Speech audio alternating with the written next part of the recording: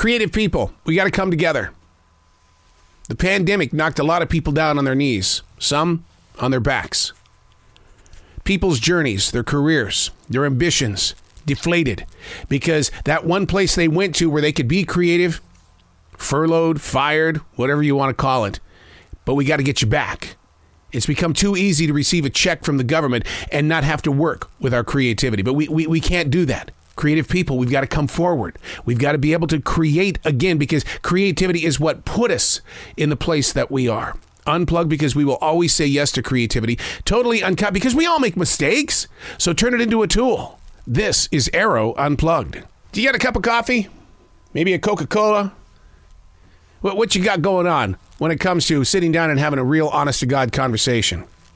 Or are you one of those people, you do the Cheers bar approach, you put your elbows on the table, you kind of twiddle your thumbs back and forth, and you say, so what's on your mind? I know what's on my mind. I want to know what's on your mind.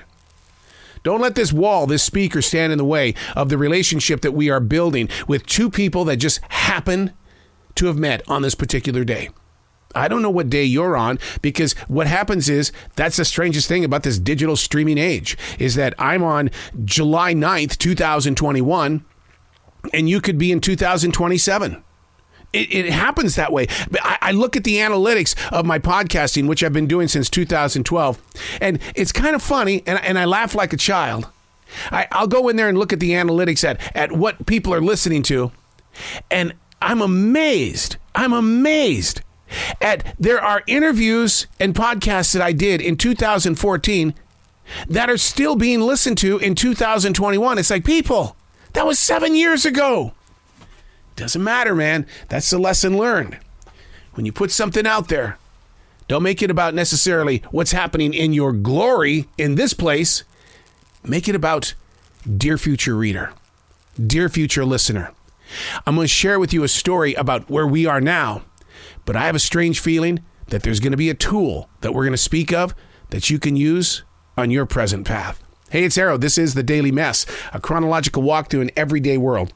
I am a daily writer. Been doing this since July of 1994. 27 years of daily writing. Love it, love it, love it. Pain in the butt, though, sometimes, because you think it's easy to wake up at 4 o'clock in the morning and instantly sit in your writing chair and start putting thought down? No.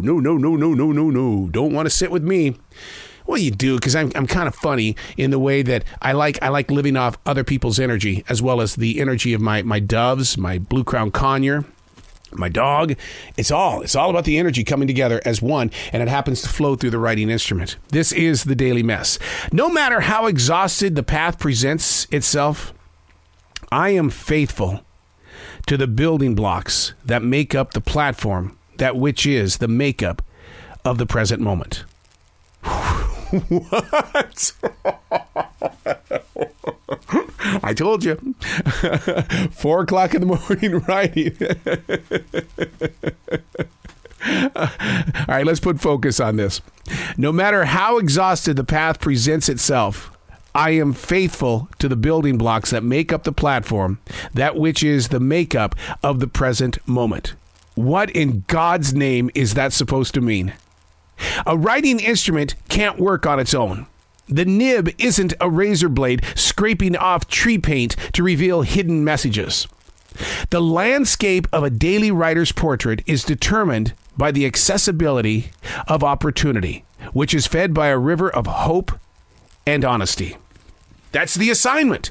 That's what it is. And I reach out to you going, what is your assignment? What is it that you do daily and have done daily for several years? And it's like, oh my God, there's something more here to the story. To make yourself available. To find no energy in the development of overused sources of excuses. You're just there no matter what. You show up. And it's not about collecting paychecks. It's just something that you were called to do. And it doesn't have to be the preacher. It doesn't have to be the banker. You don't have to be the CEO. You can just be just me. It's just me. I'm showing up again. Here I am. You noticed yourself being there. That's a great feeling. It's easier to admit defeat in an age where your strongest supporters accept when you're weak. That's a sharp accusation. It's easier to admit defeat in an age where your strongest supporters accept what is weak. Come on, you know what I mean? You'll make a mistake. It's fine. You're okay. We all still support you. You're good. Everything's fine. But inside your head and heart, you're going, I'm such a loser. Oh my God, I can't believe they saw me do that. Oh, it's okay. Come on. We all support you. It's as if we celebrate defeat. Why?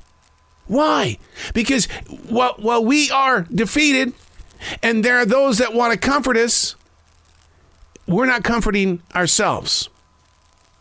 What we do is we remember a lot of things several years down the road. Oh, we could go that path. But remember, writing for me has got to be about living in the presence of now. We're all carrying the weight of a lot of luggage.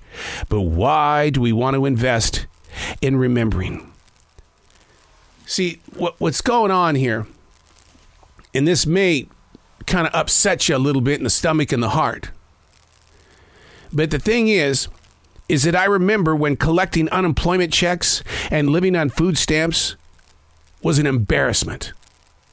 I remember my father would say, go out and get a job so that we don't have to live on unemployment checks and food stamps. Go out and learn to support yourself. It was an embarrassment. You didn't sink a lot of pride into it. But look around the present place where we are now. In 2021, people don't care that they're carrying the EBT card. People don't mind getting that $300 check every week from the state government. It should be an embarrassment. There's enough jobs out there. Hey, look, I understand. You're not making what you used to make. It's not the world that it used to be. So let's go back now that we've had this conversation and I've pretty much upset your stomach. No matter how exhausted the path presents itself, we are faithful to the building blocks that make up the platform, that which is the makeup of the present moment. It's got a different feeling when you attach a little bit of emotion to it and you realize that where you are in the development of energy is in a place that isn't going to create excuses, because you understand that the building blocks that are building your platform have got to be there. But if you're expecting them to show up without ordering them from Amazon, it ain't going to happen. You have to put a little bit of what that old-fashioned thing is my dad used to say. Where's your elbow grease, son? Put some elbow grease into that. Does Walmart sell that? I need some elbow grease. Remember when collecting unemployment checks and living on food stamps was an embarrassment. We are lost in the lanes of life.